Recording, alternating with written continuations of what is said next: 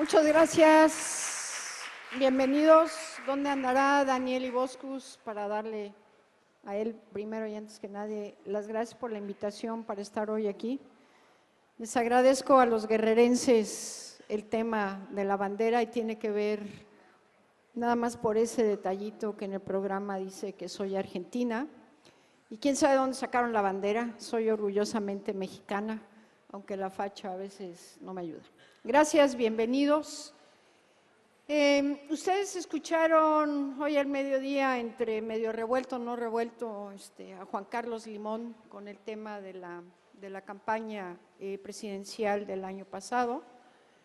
Yo les voy a presentar lo que he denominado una campaña by the book. Considero que la campaña presidencial del 2012 en México fue llevada, como dice el librito, y yo les haré la presentación en lo que a mí me tocó, que tuvo que ver con todo lo que fue el planteamiento estratégico y cómo las estrategias desde un inicio de una campaña definen a una campaña ganadora y a una campaña que no llegará a esa meta, aunque sea una campaña exitosa. Yo llevo muchos años diciendo que una campaña es una guerra. Qué bueno que Solá y que muchas veces voces he escuchado aquí en el tema de peleemos y demos la batalla por la democracia, suena encantador. Una campaña política de lo que se trata es de ganar. ¿Por qué? Porque tenemos un candidato que lo que busca es el poder. Qué bueno que nos digan que nos van a ayudar, que el bien común, que la justicia social, que el alumbrado, que el pavimento, que las escuelas, que las becas, todo eso suena lindo, como dicen aquí los argentinos. Pero lo que se busca es el poder. ¿Y el poder para qué?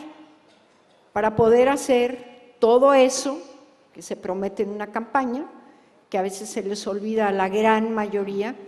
Y yo quisiera preguntarles, ¿quiénes de ustedes en este auditorio son soñadores, son posibles candidatos, quieren, sueñan, pueden, quizás, tal vez, sean próximos presidentes, gobernadores, presidentes de la República, diputados, senadores? Levanten la mano. Para ustedes es esta plática.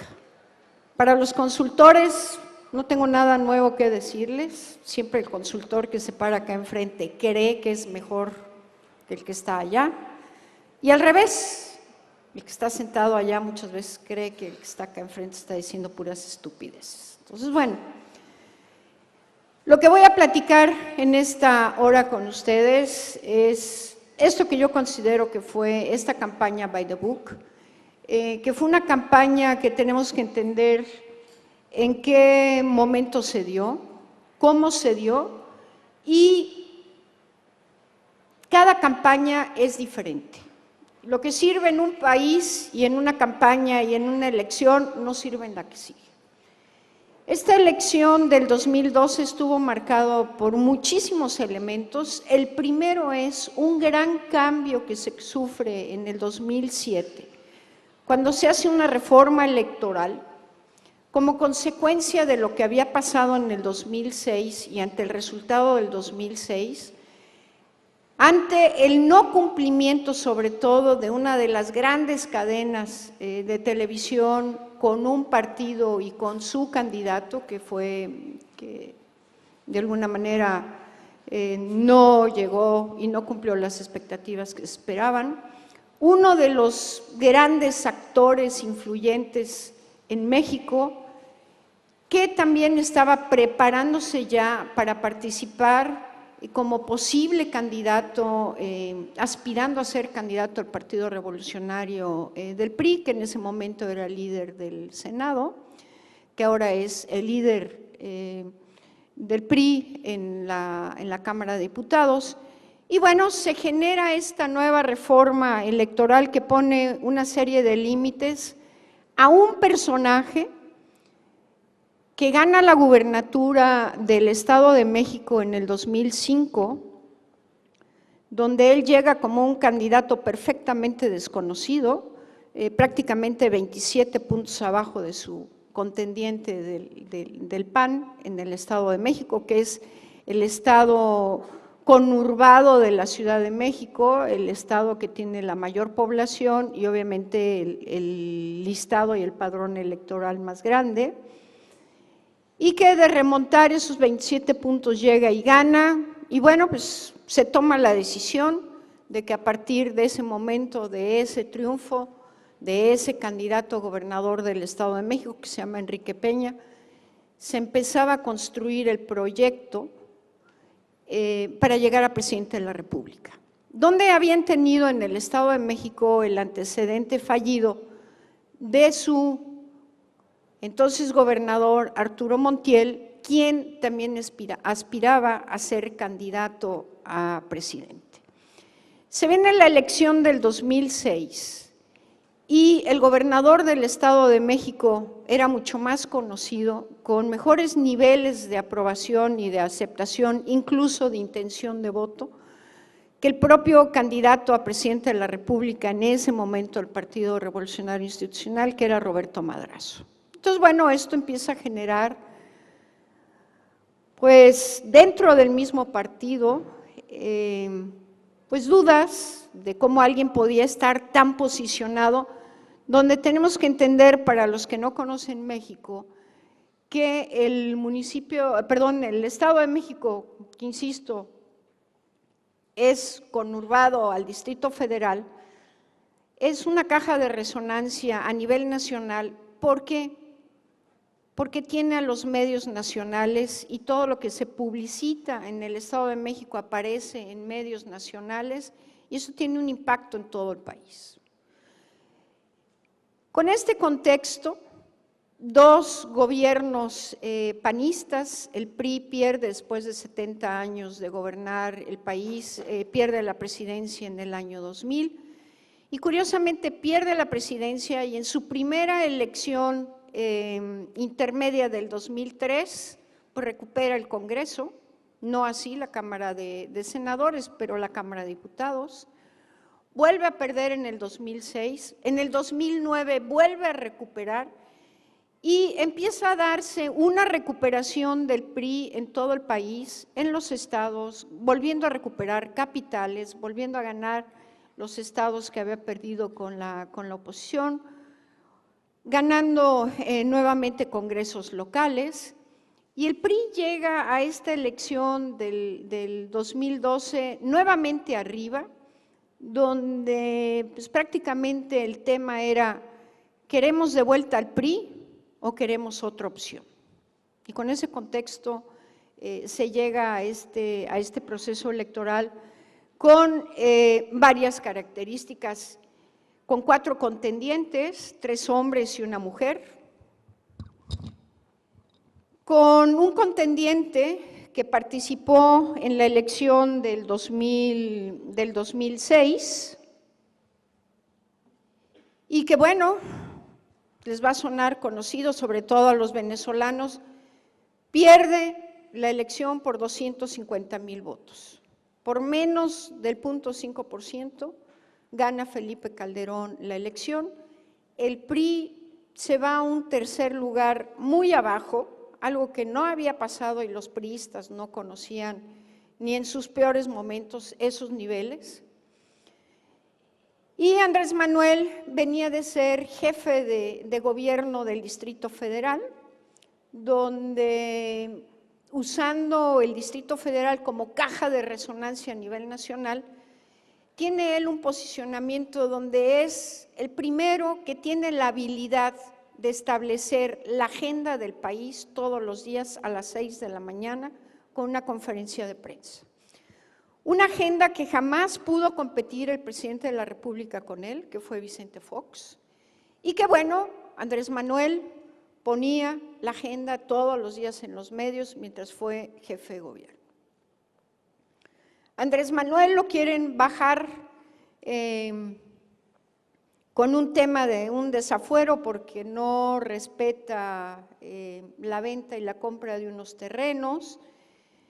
Y bueno, pues resulta que lo único que logran con eso es que todavía la gente se vuelque más a su favor. Él comete un gran error, que es no haber reconocido el 2 de julio en la noche el resultado de la elección, decide hacer un plantón que afecta a miles de personas en la Ciudad de México, no solo en el tema de tomar y cerrar calles, sino que simple y sencillamente mucha gente a consecuencia de eso fue despedida, cerraron negocios, cerraron restaurantes, tiendas, a los hoteles de la zona de Reforma, el Centro y el Zócalo les fue muy mal, y esto a él le generó un rechazo.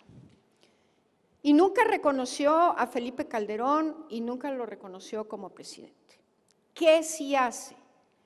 Después de que se levanta el plantón, él dice, yo voy nuevamente por la candidatura del PRD para el 2012, voy a ser el candidato y voy a caminar por todo el país. Es el único candidato que recorrió prácticamente a pie los 2,000 y pico municipios que había en el país. Y esto, bueno, pues le daba a él un plus que no tenía ninguno de los otros candidatos y que, bueno, era parte de una apuesta donde él asume un algo que nos falta mucho a los mexicanos y que estamos ávidos los mexicanos, y yo les diría que no solo los mexicanos, sino en muchos países, de tener un líder. Este señor es un líder. Y es un líder para millones de personas en mi país. Y es un tema que no hemos querido entender.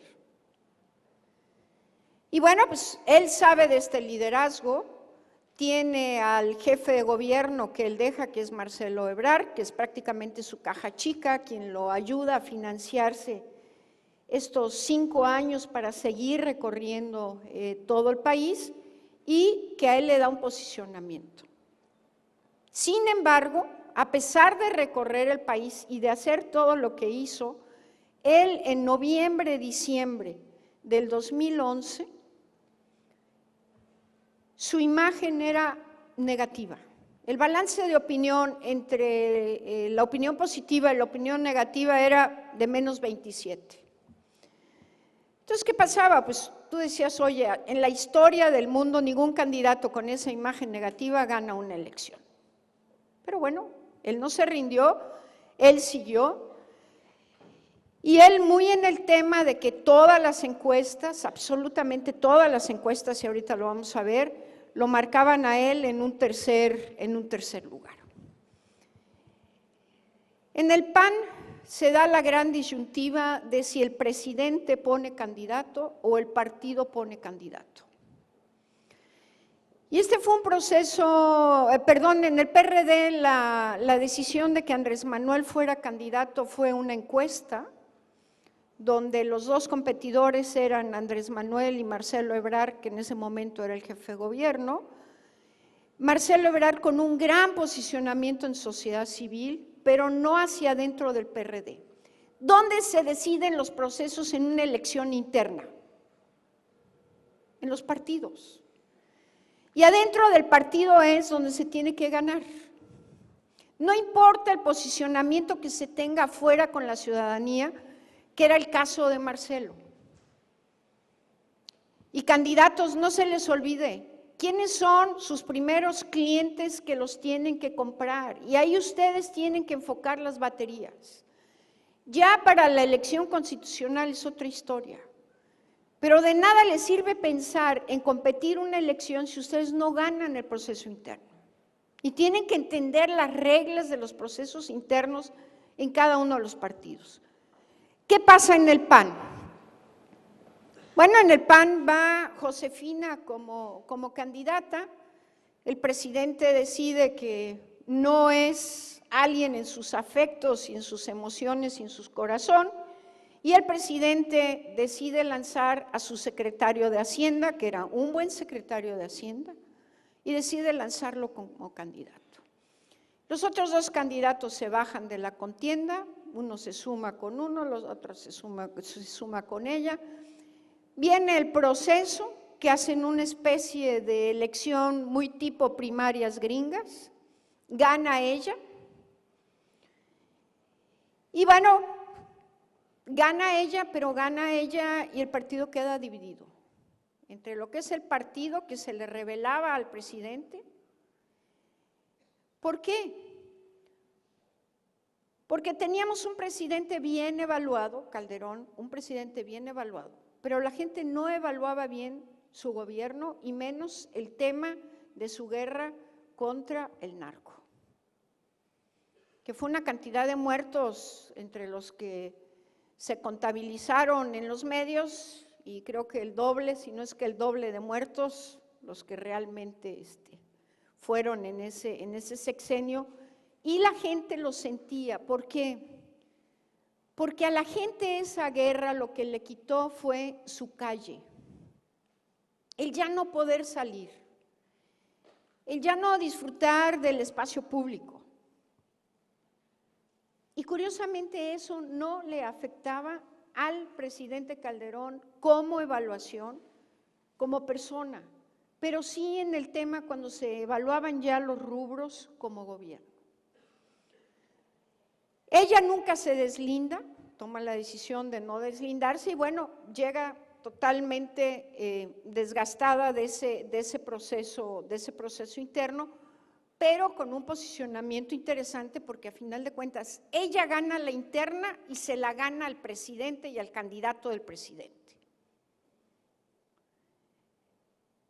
Enrique Peña,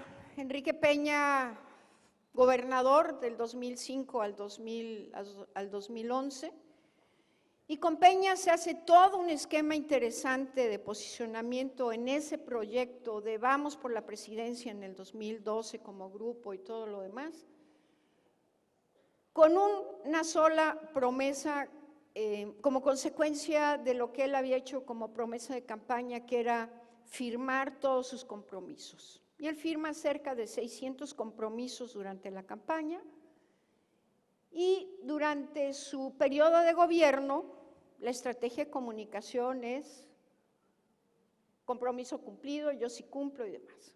Y eso logra un posicionamiento muy interesante con las mujeres y los jóvenes. Y los jóvenes veían a Enrique Peña como la cara del nuevo PRI, que no era un dinosaurio, que no era un corrupto y que era un joven que sí prometía lo que cumplía. Y ese fue el posicionamiento que se logra durante esos 6 años que él es gobernador. ¿Por qué? Porque eso era lo que veíamos en los spots, veíamos en los infocomerciales, veíamos en todos los reportajes, en el boca a boca. Se arma toda una estructura para apoyar en los diferentes estados. Torito, a ti no te tocó ningún apoyo de la fuerza, sí, ¿verdad? Un apoyo a todos los estados donde había elecciones y van generando una base de datos muy interesante con todos los electores y van sumando esa base de datos para el proyecto del 2012. Y este hombre llega con ese posicionamiento.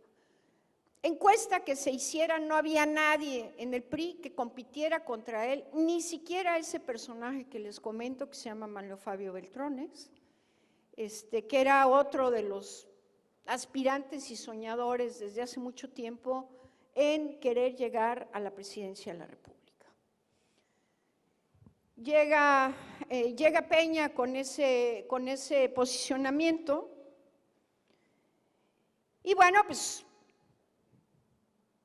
arrancan las campañas. Y arrancan las campañas con un puntero muy arriba, según las encuestas, que era Enrique Peña, con un segundo lugar que viene de haber derrotado al presidente en su proceso interno, en su partido y demás, que es Josefina Vázquez Mota. Viene en un tercer lugar Andrés Manuel López Obrador y el PRD. Y un cuarto jugador que va con el partido Nueva Alianza, que es un partido que funda la maestra Elba Ester Gordillo, que seguramente ustedes han oído hablar de ella, que ahorita está tras las rejas. Pero bueno, la señora con su sindicato de maestros decide hacer su partido, pero ese partido tenía que obtener el 2% de la votación para mantener su registro Y bueno, es la chamba que le toca. Y entramos con nuevas reglas. Nunca se había hecho una elección presidencial tan acotada, tan vigilada y con un marco regulatorio tan estricto como la elección del año pasado. Y antes las campañas empezaban en enero y la elección en México siempre es el primer domingo de julio, y resulta que ahora se reduce el plazo a solo 90 días, donde en 90 días hay que tocar prácticamente a 80 millones de electores. ¿Esto a qué te lleva? La reforma electoral también toma el control de la pauta publicitaria.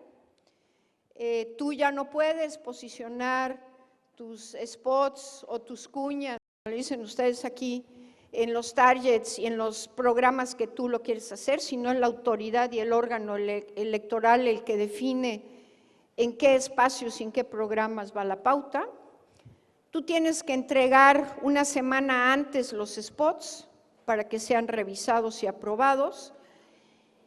Y quienes están en una campaña saben que una semana antes, pues en una semana pasan muchísimas cosas en una campaña. Entonces, bueno, con esas nuevas reglas se da esta competencia y así arranca.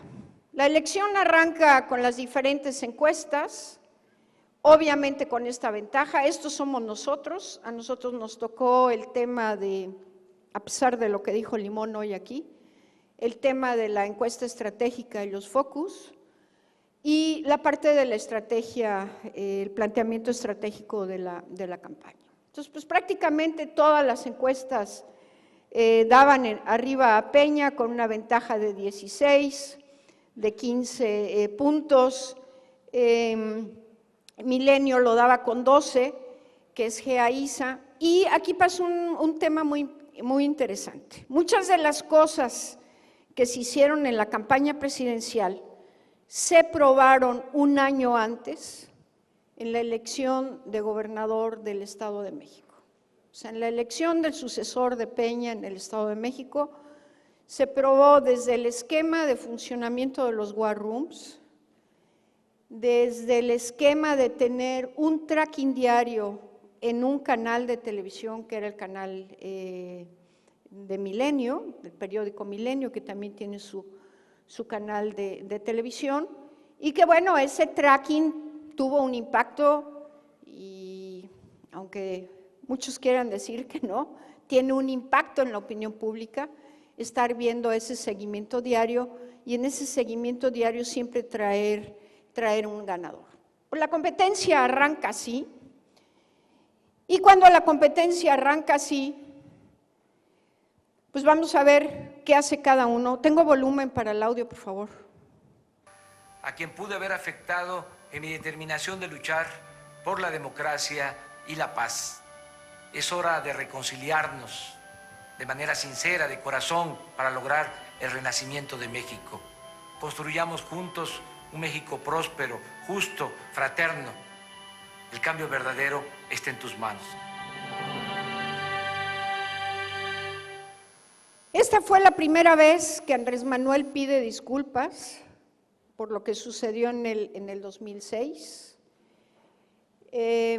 No solo pide disculpas, sino invita a la reconciliación, donde él fue uno de los grandes elementos del México polarizado que vivimos los 6 años de gobierno de Felipe Calderón, y que bueno, es parte de lo que ahorita vamos a ver del planteamiento estratégico de cada una de las campañas en su arranque. A mí nadie me regaló nada. He conseguido lo que tengo a base de esfuerzo y trabajo duro. Vengo de una familia como la tuya y como la de la mayoría de los mexicanos. Mi padre tenía una pequeña tienda de pinturas y ahí aprendí el valor del trabajo y la responsabilidad. Soy Josefina Vázquez Mota. Quiero construir un México diferente y con tu ayuda, sí es posible. Bueno, yo cuando vi esto desde el punto de vista como estratega dije, no entiendo, o sea, no entiendo. Tu partido es el que gobierna, tú eres candidata del partido que gobierna, tu presidente es el que gobierna y empiezas una campaña en negro donde eres mujer, donde eres dadora de vida, donde eres la luz, donde eres muchas cosas, y empiezas una campaña en negros. Entonces, bueno, yo siempre digo que las elecciones se ganan con estrategia y con votos, pero la estrategia, insisto, marca la campaña, y ellos decidieron empezar así la campaña en negros. ¿Por qué quiero ser presidente? Porque nuestro país merece estar mejor, porque quiero cambiar a México. Por eso, a partir de ahora, me vas a ver recorriendo cada uno de los estados de la República, viendo a la gente a los ojos, empeñando mi palabra, comprometiéndome contigo y con todos los mexicanos. Tú me conoces, sabes que sé comprometerme, pero lo más importante, sé cumplir. Entonces, bueno, pues, ¿cuál fue el planteamiento estratégico de cada una de las campañas? Cuadri, que es el candidato de Nueva Alianza, él prácticamente su reto era conseguir el 2% de la votación para mantener el registro. Él fuera de eso podía hacer todo. Él fue totalmente irreverente, él empieza su campaña buceando en Veracruz, en la isla de Sacrificios, buceando, así empezó su campaña. Tiene una campaña donde el eje de la campaña es esta combi Volkswagen y recorre el país con esta combi, con 4 personajes, que cada personaje representaba a uno de los candidatos. Y bueno, pues una campaña que empieza a llamar la atención de los jóvenes, y con la apuesta de jalar a los jóvenes, y con esa apuesta de llegar por lo menos a ese 2% de la votación. Y en el tema de, bueno, pues irlo ahí nada más cuidando que no hiciera demasiadas locuras, que no fuera el golpeador contra nuestro candidato, pero que sí fuera el golpeador contra Andrés Manuel y contra Josefina. Andrés Manuel arranca en un tercer lugar, donde él lo primero que tiene que hacer es pelear por el segundo, reposicionar su imagen y ver cómo diablos podía integrar su estructura para poder ganar la elección. Y aquí pasó algo muy interesante. El planteamiento estratégico de la campaña de Andrés Manuel tenía que ver con conseguir 20 millones de votos. Y van a ver que el 20 millones de votos es una cifra mágica, porque bueno, fue también parte del planteamiento de nosotros. El reto de Josefina, estando en segundo lugar, pues era obviamente no pelearse abajo con Andrés Manuel, sino ella tenía que voltear y tratar de pelear por el primer lugar. Y ella usa un eslogan, Josefina diferente. ¿Qué era lo diferente de ella? Mujer, bueno, nunca entendió. O sea, su equipo de estrategas nunca entendieron que su diferencia era ser mujer. Entonces, en lugar de irse a pelear al primer lugar, empieza a pelearse con el tercero. Y los errores en estrategia y en una campaña se pagan. No hay tiempo muchas veces de recuperar el tema de la parte de los errores. ¿Y a este hombre qué le tocaba? Sostener su ventaja. No había forma de aumentar la ventaja. Tanto en los grupos de enfoque como en encuestas, no había un solo voto más por el PRI. prácticamente el 60% no quería saber nada del PRI. Entonces nosotros, ¿qué teníamos que hacer? Pues dividir el anti-PRI, o sea, que no se fuera en uno solo y mantenerlo. ¿Mantenerlo cómo? Con promesa y oferta muy clara y no cometiendo errores. Y obviamente con un tema de una estrategia aire y una estrategia tierra. Y las campañas se ganan en tierra. Y ahorita van a ver qué sucede en la campaña, que tiene que darse un vuelco totalmente al tema de tierra. ¿Cómo sostienes? ¿Qué es más fácil, sostener a un candidato o ir subiendo a un candidato? Subirlo. Son 90 días, que pueden ser un suspiro o pueden ser una eternidad con la cabeza dentro del agua. Entonces, ¿cómo lo sostienes? Y esa es quizás la parte, y fue la parte más difícil de la campaña. ¿Cuáles son los momentos que marcaron la campaña? Para Josefina Vázquez Mota, su arranque de campaña. Hace un arranque en el estadio de fútbol del, ¿qué equipo es? Del Cruz Azul, y a la hora que ella va a hablar, el estadio vacío. Todas las imágenes, fotos y demás, el estadio es y está vacío.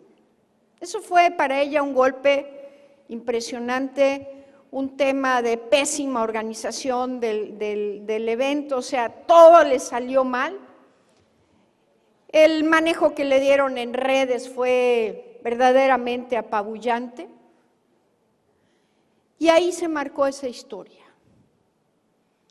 Pero nuestra campaña fue marcada por una historia de algo que sucedió en diciembre del 2011, donde todavía no habían arrancado las campañas. Y esta historia tiene que ver con la presentación de Enrique Peña en la FIL, en la Feria del Libro en Guadalajara, donde él va y presenta su libro, que era su libro de la visión del México 2040 o 2020 o 2000 no sé qué, va y presenta el libro. ¿Qué es lo más lógico y normal que te pase en una feria de libro? Pues que te pregunten por libros, ¿no? O te irán a preguntar si tienes un puesto de tamales el domingo, o te van a preguntar de fútbol. No, te van a preguntar de libros. Entonces vean qué le pasó a Peña en la Feria del Libro. Volumen, por favor. Con trabajo. ¿Cuáles son las 3 lecturas que han marcado la vida de Enrique Peña Nieto? La respuesta tendrá que esperar, porque el aspirante priista a la presidencia no supo contestar de manera clara a esa pregunta que le hizo la prensa en la Feria Internacional del Libro. Pues he leído varias desde novelas que me gustaron en lo particular, y difícilmente la puedo me acuerdo ya hasta del título de los libros. La Biblia es uno. La Biblia en algún momento de mi vida y algunos pasajes bíblicos, yo no leí toda la Biblia, pero sí leí algunas partes de la Biblia, sin duda en alguna etapa de vida fue importante, sobre todo en la etapa de la adolescencia. Durante varios minutos, el exgobernador del Estado de México no pudo completar la lista de 3 lecturas que han influido en su vida, aunque comentó que le gustaba la novela política y la novela histórica. Leía algo que seguramente mi vocación por la política alentaba, este espíritu por la política. El priista trató de recordar más. ¿Eso qué fue? Fue demoledor. En esa imagen que se construyó durante 6 años hacia los jóvenes. Demoledor. ¿Por qué? Porque todavía no acababa de decir esto cuando en las redes sociales ya andaba circulando todo lo que ustedes se puedan imaginar y más. ¿Y qué sucede? A esos jóvenes que se había construido una imagen de un tipo que cumplía, que no era corrupto, que sabía lo que hacía, que tenía mano firme. ¿Por qué? Porque él tuvo un acto que fue el famoso tema de Atenco, de una decisión que él toma de poner orden, de meter todas las fuerzas federales, estatales y municipales para poner orden en ese municipio, algo que el presidente no logró cuando 50 macheteros, gente con machete, le toman la Ciudad de México y desquician la Ciudad de México por el tema de la construcción de un aeropuerto. Y bueno, Peña toma la decisión, pone orden, sí hubo creo que 1 o 2, lamentablemente, personas que fallecieron, pero hubo, me parece que 5 o 6 mujeres que las suben a un camión de policía y las violan. Entonces el tema no fueron los muertos, lamentablemente, sino las mujeres que fueron violadas por la fuerza pública. Entonces, bueno, pues, pero él marcó ahí esa contundencia y se acabaron los problemas y los temas en el Estado de México. Esta parte de los famosos 3 libros fue un tema que le pega no solo a los jóvenes, sino a todo aquel electorado que manifestaba su intención de voto por él con altos niveles de escolaridad. A principios de mayo se viene el primer debate, y ese primer debate tenía que ser la posibilidad de que el candidato tenía para mostrarle a la gente que no necesitaba un teleprompter, que sabía hilar 5 ideas seguidas, que sí tiene neurona y que sí piensa, y que es capaz de contestar a los ataques. ¿Por qué? Porque parte de la estrategia fue: tú vas a ser el candidato a las propuestas y de los compromisos, tú no te vas a subir al ring y no vas a contestar uno solo de los ataques. ¿Qué sucede en el debate? Pues es un tipo que no solo liga 5 ideas, sino le contesta a Andrés Manuel, le contesta a Josefina y sale bien librado del debate. ¿Quién gana el debate? El debate lo gana Cuadri, porque fue el que llegó con las propuestas más innovadoras, más agresivas, tuvieron un manejo interesante en redes los chavos con las propuestas. Eso fue lo que vimos, pero hubo un detalle en ese debate. Una argentina que fue la edecán del debate. Y esta argentina pues llevaba un escote que llamó la atención del candidato Cuadri. Entonces, la nota de ese primer debate, no importó qué dijeron los candidatos ni qué ofrecieron, fue pues la edecán argentina, que al mes siguiente fue la portada de Playboy. O sea, a ella le fue muy bien. Entonces, bueno, este fue el escote. Esto fue lo que ganó ese primer debate. Pero en el ánimo de Enrique Peña, ¿para qué sirvió el debate? Para regresarle la confianza, para que se volviera a sentir seguro, para que viera que sí tenía con qué, que sí podía con qué y que él iba a ser el presidente. Ese fue en el ánimo la parte más importante de ese debate. A los 10 días de ese debate, por estrategia, dado que no teníamos ese posicionamiento con los jóvenes y se había perdido el posicionamiento con los jóvenes, se toma la decisión de que él no va a eventos con jóvenes. Y bueno, pues en el cuarto de guerra, después de 20 discusiones, se toma la decisión que tiene que ir al evento de jóvenes en la Universidad Iberoamericana, donde nosotros habíamos hecho grupos de enfoque. Y en esos grupos de enfoque nos decía que era territorio Andrés Manuel. Usamos el derecho de réplica. Bueno, pues va. Somos estudiantes del Ibero. Los estudiantes obviamente muy agresivos, cuestionándolo, gritándole fuera, fuera, fuera. Y nadie nos entrenó para nada. Termina su presentación y sus escoltas cuenta de alumnos dado de que estaba 17, muy 22, caliente el 36 ánimo llamadas. afuera, en Somos lugar de estudiantes sacarlo por del una Ibero. puerta de atrás, lo Alejandra sacan por la Miranda, puerta de M, enfrente 170, y lo llevan y lo 675. meten al baño. Alonso G, 16, 1706. No, claro que estaba planeado, pero además Andrea se sabía. G, O sea, 16, se sabía 86, cómo estaba 53. armado y cómo estaba orquestado. De la Universidad Iberoamericana, con el número de cuenta. Y el tema no fue que lo hayan metido al baño, sino que el presidente del PRI en ese momento pone en un Twitter que esos no eran estudiantes de la Ibero. O sea, que los que estaban ahí no eran estudiantes de esa universidad. El presidente del Partido Verde pone otro Twitter, que pues era una bola de nacos y una bola de... y que no eran estudiantes. Y Emilio Gamboa pone también otro Twitter. Carla G, Los chavos se 14, organizan y empiezan a contestar en redes que ellos sí son estudiantes con su credencial. Y se hace el tema del movimiento 131.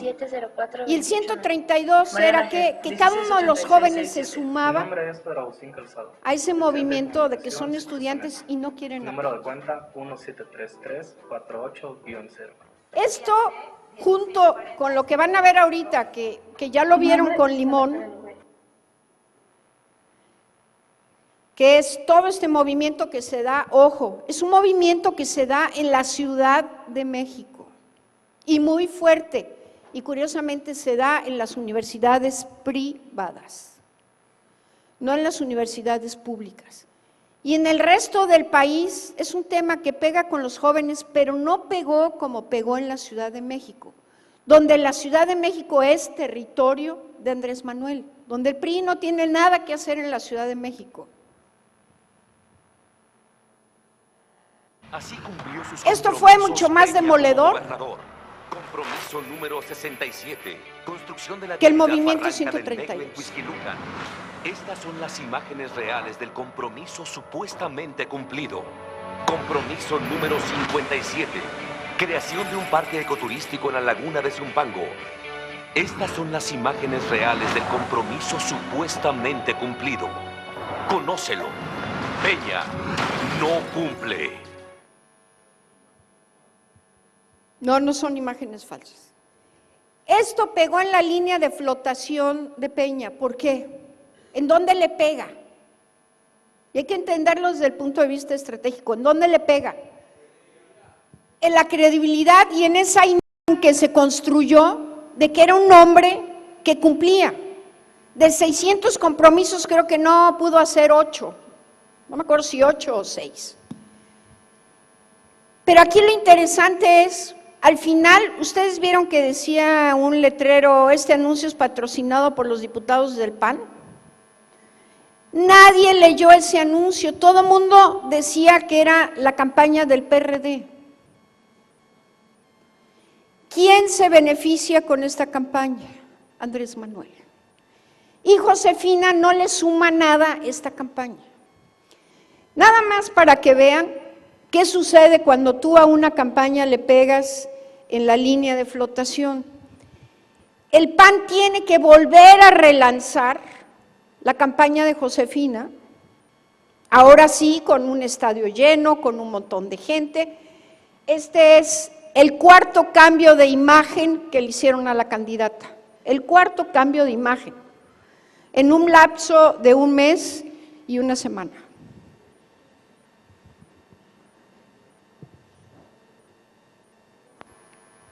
Cuando llegué, lo único que se tuvo contra Andrés Manuel es esto, no podía creer, que es una cena con empresarios muy poderosos, donde hay uruguayos aquí que conocen a su paisano, Acosta Bonino, que era asesor de Andrés Manuel. Y bueno, pues se filtra esa grabación donde piden creo que $1 millón o $1 millón por empresario para apoyar la campaña de Andrés Manuel, donde Andrés Manuel siempre ha tenido una imagen de honesto. Él no es corrupto, corruptos son los demás, él es honesto. Pero ¿qué sucede? Que el asesor se vuelve una semana el personaje importante y borra al candidato. yo les digo, donde la teoría dice que el asesor siempre es el que está atrás, ¿no? No es el que se vuelve adelante. Bueno, esto no le hizo absolutamente nada a Andrés Manuel. ¿Por qué? Porque la gente ya lo tenía incluido y lo tenía dentro de que era el honesto, era el líder que la gente estaba esperando, era el líder que los jóvenes querían, era irreverente como ellos, y que era alguien que iba a acabar con el candidato del PRI y que de ninguna manera iba a permitir el regreso del PRI. ¿Cuáles fueron los resultados de los planteamientos? Primero, una campaña como nunca se había visto, una campaña que tuvo 43 millones de spots de radio y televisión en 90 días. 43 millones de spots. ¿Ustedes saben qué es eso? Es una locura. Que fueron 5,854 horas de transmisión. Ustedes aquí les encantan sus cuñas de 2 minutos, 3 minutos, etcétera. Pero no creo que tengan 43 millones de cuñas en una campaña presidencial. Bueno, eso es gracias a esa reforma electoral del 2007. Y quizás lo más interesante es esto. Esta es la encuesta estratégica que nosotros traíamos, donde la campaña arranca con Peña en el balance entre opinión positiva y negativa con 34 puntos, Josefina con 15.6 y Andrés Manuel, que venía en el 2011 con menos 27, ya estaba en menos 5.8. Arranca la campaña aquí con Peña con 30, Josefina con 5, Andrés Manuel con 5.4. Y aquí tenemos esta caída, es el spot que ustedes vieron de compromisos no cumplidos en la opinión. El spot sigue con otro más y aquí se junta el tema de los jóvenes. Aquí 2 días antes de esta medición se junta el tema de los jóvenes del Yo Soy 132 y vean qué pasa. Un candidato que arranca en el balance con 30 puntos y que en 5 semanas se cae 27 puntos. Aquí se da un golpe de timón en el tema de estrategia, se toma la decisión que la estrategia aire siga caminando y nuevamente se decide que la campaña se tiene que ganar en tierra. A partir de ese momento se da todo el giro a lo que se tiene que hacer en tierra para ganar, porque no se veía cómo se podía contener la caída, sobre todo en imagen y en opinión, donde hay una correlación prácticamente de 1 entre opinión e intención de voto. Se da ese giro y entonces se hace un esquema para los estados gobernados por el PRI y otro esquema para los estados gobernados por oposición. Y se arma toda la estructura. Recordemos que el PRI tiene una maquinaria, como le dicen ustedes, que no tiene ningún otro partido en todo el país. Y la maquinaria se echa a andar. ¿Qué sucede? Este es el resultado del día de la elección con la encuesta de salida. Peña tiene un repunte de venir prácticamente en 1.5, tiene un repunte a 11.5, pero lo interesante es, vean ustedes dónde empezó Andrés Manuel, en menos 5.6, acaba en 11, dónde empezó Josefina en 15.6, acaba en el balance en 2.6, y Peña inicia en 34 y acaba con 11. ¿Qué haces cuando tienes esas caídas? Ponerte a rezar puede ser una opción. Entonces hay que ocuparse y hay que dar un giro a lo que se está haciendo. Y el giro tuvo que ver con el cambio de discurso del candidato, con la forma de hacer campaña del candidato. ¿Por qué? Porque el candidato solo hacía mítines, porque no había tiempo de que fuera a tocar puertas. Y Y el tercer cambio que se dio fue que en los estados donde había elecciones para gobernador y elecciones intermedias, él tenía que montarse en las campañas de los candidatos locales. Y para mí la más interesante es esta de las gráficas. ¿Cómo inicia la campaña? ¿Cómo termina la campaña? Peña inició y arrancó la campaña con 39.8 y terminó con 38.6, o sea, Peña tuvo una caída neta de 1.2, por eso todo el tema hoy de los switchers y demás, y espero que les haya quedado a ustedes claro en la revoltura que vimos, que una cosa son los indecisos y otra son los switchers, y que no se puede generalizar para ningún lado, porque cada municipio, cada distrito, cada estado, cada país tiene particularidades totalmente diferentes. Vean dónde empezó Josefina en intención de voto en 24, terminó en 25.4. Y vean Andrés Manuel. Andrés Manuel empieza con 15.9 de intención de voto y acaba con 31.6. ¿Qué les dice esto? ¿Qué les dice esto? Primero, credibilidad. Segundo, que el argumento que se hizo del planteamiento estratégico de sostener a Enrique en su campaña, no había otra, no había para dónde creciera, no había más gente que quisiera saber algo del PRI y algo de él. Y como dice una amiga, eso es lo que hay. Y con eso hay que darle. Y no vas a tener un voto más. Y nosotros hicimos el planteamiento estratégico de que Enrique tenía que tener 20 millones de votos con un 58% de participación. ¿Y qué creen? Obtuvo 19 millones de votos, pero con un 63% de participación. ¿Qué significa para un partido cuando aumenta la participación? Primero sale a votar y segundo, para el caso del PRI, a nosotros en México, entre más gente saliera a votar, era voto en contra del PRI. Y era voto ya en ese momento a favor de Andrés Manuel. Y ese es un tema que muchas veces nos cuesta mucho trabajo entender en una elección. Cómo una participación define el resultado. Y ojo, no es lo mismo una participación del 40, del 50% a una participación de más del 55%. Y tenemos que entender y saber para dónde van. Sí es encantador el rollo de los switchers. Y yo les preguntaría, ¿aquí dónde estuvieron los switchers?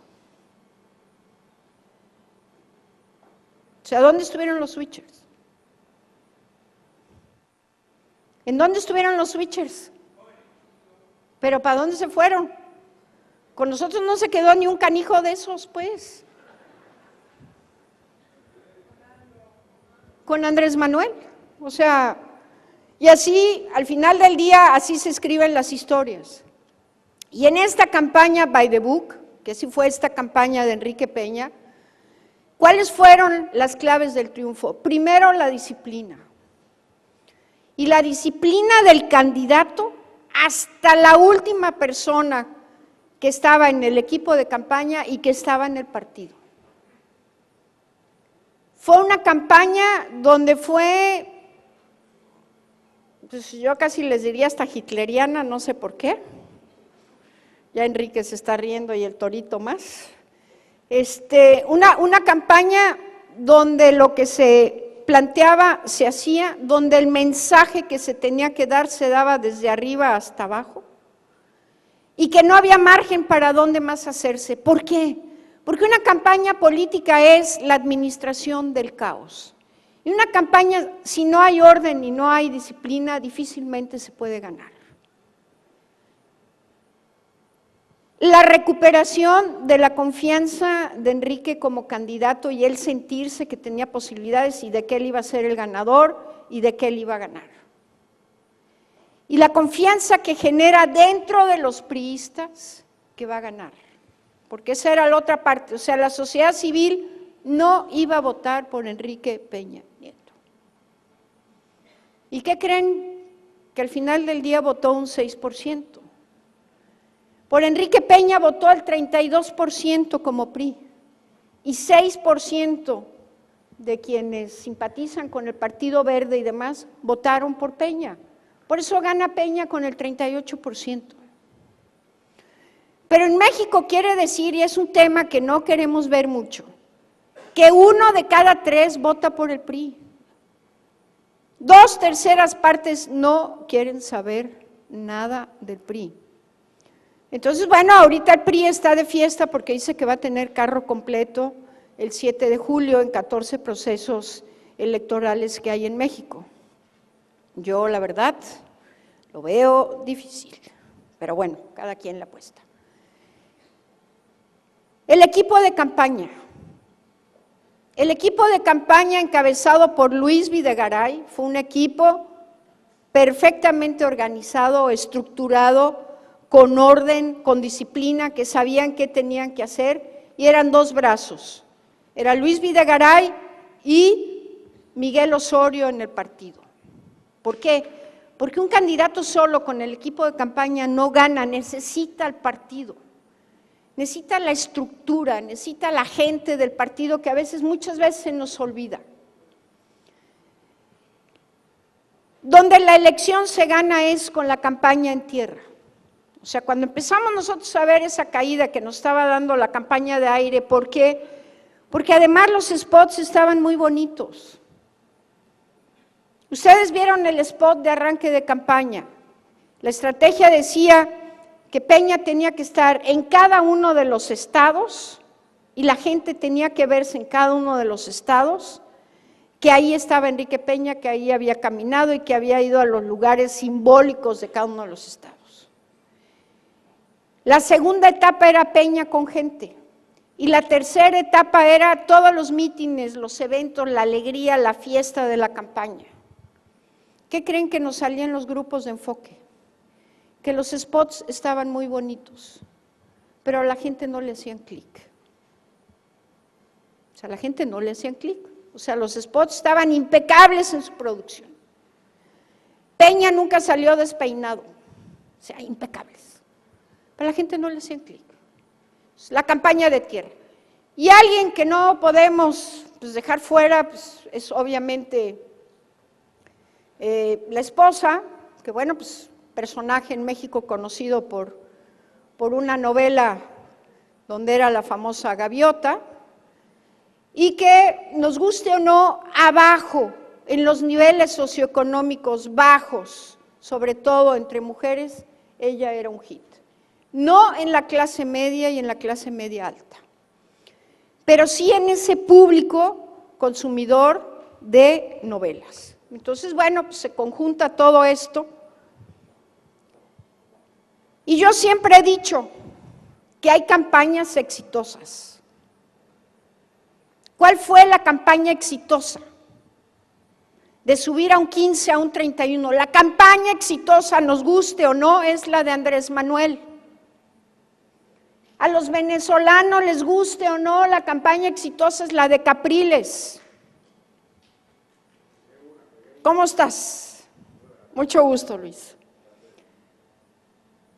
Pero ¿qué te dice este rostro en uno de sus últimos eventos? ¿Qué te dice ese rostro después de 7 años de campaña?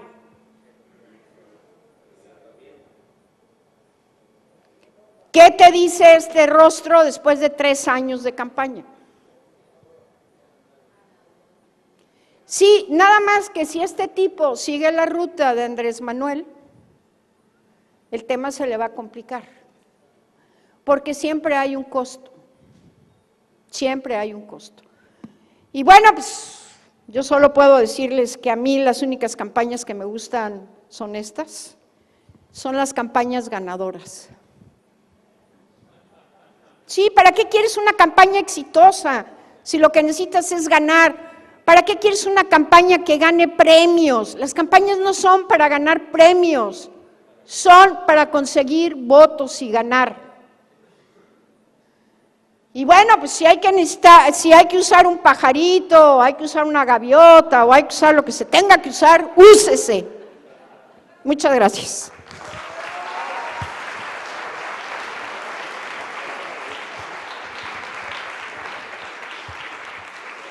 Bueno, me encantaría abrir la sesión de preguntas y respuestas porque el monólogo ha estado interesante y los invito al 7º seminario que tenemos en el ITAM el 30, 31 de enero y 1 de febrero. Ahí los espero. Preguntas, dudas, críticas, sugerencias. A ver. Si no, te la digo así, ya la reproduzco.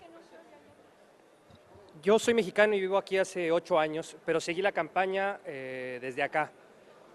Los medios de comunicación tecnológicos, Twitter, Facebook, creo que fue un factor también muy preponderante en el uso que le dio el grupo 132 y que ahí esa estrategia todavía no estaba utilizada por Enrique Peña hasta ese momento. ¿Qué papel jugó los medios de internet y la nueva tecnología en la campaña de Enrique cuando dieron el tiro del cambio de timón? El tema es que nosotros en la parte de redes sociales, la verdad, competíamos, pero medio competíamos. Al final del día, la guerra en las redes sociales eran los troles de nosotros contra los troles de Andrés Manuel y los medio troles que se filtraban de Josefina. Y nosotros al final del día, bueno, pues teníamos el activismo y todo lo demás con los jóvenes, pero nunca pudimos dar la batalla en redes. O sea, esa fue una batalla que desde el principio, la verdad, fueron mucho más efectivos la gente de Andrés que nosotros. Por eso nosotros decidimos meterle a la parte de tierra. ¿Por qué? Porque a diferencia de Estados Unidos, la parte de las redes en Latinoamérica todavía no nos dan para que la gente vaya a votar. Y bueno, yo lamento mucho no haber estado en la conferencia de Alejandro Piscitelli, que Piscitelli trae un tema muy interesante con el tema de Big Data. Claro, porque tú ya las campañas tienes que entrar con esa parte. Aparte de persona a persona, es lo que te generan las redes sociales también, que fue la parte exitosa de Obama, que Obama tiene una base de datos de 60 millones de personas que están en las redes, que saben dónde viven, quiénes son, qué hacen y todo lo demás, ¿no? Sí. En el caso de la candidata mujer, ¿qué hubiera hecho para que ella pudiera explotar favorablemente?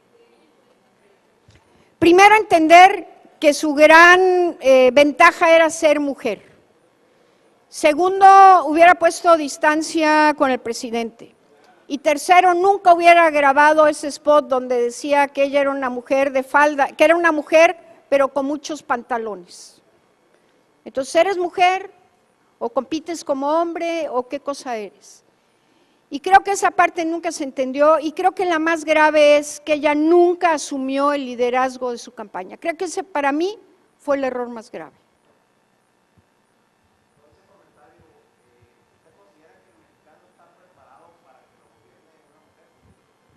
No, yo creo que todavía nos falta un buen rato y unos años, todavía muchos. Te la pongo muy fácil. No hay en ese momento una sola gobernadora en México. Teníamos una gobernadora que terminó en octubre, cuando terminó Ivonne, y tan, son puros hombres. Y habrá que ver si en el 15, yo tengo la esperanza y la expectativa de que en un estado, yo espero llevar esa campaña, tengamos a la primera mujer de este sexenio. Pero creo que para presidenta todavía nos falta un cachito. ¿Perdón? Guanajuato no creo que vaya una mujer, además, ahí todavía el rosario, el escapulario y demás no dejan que llegue una mujer. donde voté yo, pues, Bárbara puede dar una batalla, pero no creo que en un estado tan conservador le dé. ¿Perdón? El tema de Josefina es que nunca aprovechó el atributo en una coyuntura que le podía haber dado esa ventaja de mujer. Muy difícil que ganara, pero no al tema que se desplomara al tercer lugar.